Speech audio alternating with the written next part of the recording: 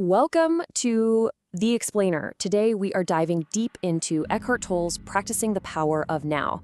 Now, if you've ever felt, completely trapped by your own thoughts, then this is for you. We're going to explore the core guide to finding peace, not someday in the future, but right here, right now. So let's just jump right in with the question that honestly probably hits home for a lot of us. Do you ever feel like you just can't stop thinking? Like there's this voice in your head that just never shuts up? A constant inner commentary that's kind of running the show? Well, according to Tolle, the very beginning of freedom is captured in this one idea. It's this really profound realization that you are not that voice. You're not the thinker. You're the one who's hearing it, the one witnessing it. And that simple little shift in perspective, it's the foundation for literally everything else we're going to talk about. Okay, so that brings us to our first part, the thinker in your head, identifying the problem.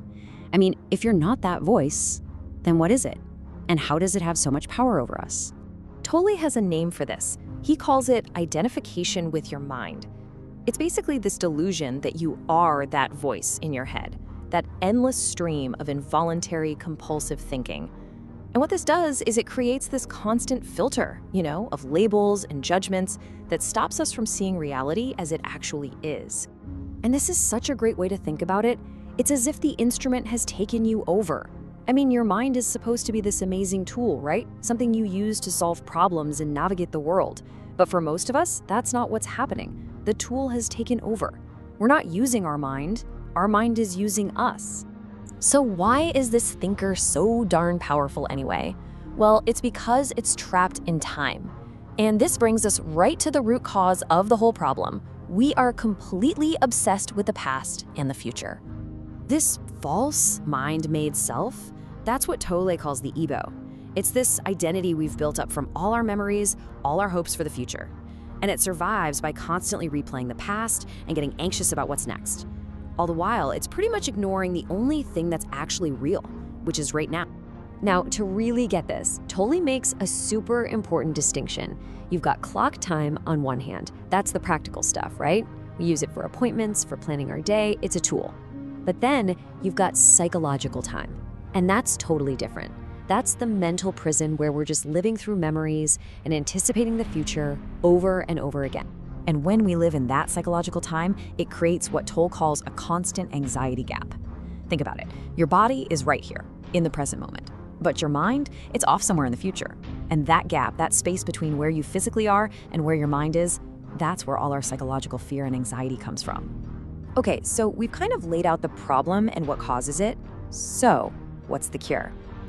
Well, the good news is there is one, and it's simple, it's direct, and it's incredibly powerful. It's all about embracing the now. This is really the core idea here. You have to realize deeply that the present moment is all you ever have. It's not just a moment in your life. It's the only moment. Your whole life, the entire journey unfolds in this one constant space, the eternal present. I mean, really think about that. Nothing ever happened in the past. It happened in a moment that was now. And nothing is ever going to happen in the future. It's just going to happen in another now. Tolle uses this amazing analogy to explain it. He says, think of your life situation, all your problems, your history, your worries, as a really thick fog. Now, your conscious presence, that's like a super bright flashlight. The flashlight doesn't get rid of the fog, but it cuts right through it, and it reveals the clear, peaceful space that was always there, right in front of you. And that clear space, that's the now. All right, so this all sounds great in theory, but how do we actually do it? How do we put this into practice and anchor ourselves in the now? Well, let's get into the prescription, practices for presence. So, the first and maybe the most important practice is to start watching the thinker. What does that mean? It means you literally just listen to that voice in your head, but you do it as if you're listening to somebody else talking. Don't judge it, don't condemn what you hear, just be there as the witnessing presence. The second you have that thought, oh, here I am, listening to that voice, boom, you've done it. You've broken that unconscious identification and created a little bit of space between you, the real you, and your mind. And something really cool happens when you do this. As you watch your thoughts without getting swept away by them, you start to create these little gaps of no mind. These are just moments of stillness and peace. They might just be a second or two at first, but as you practice, those gaps get longer and longer.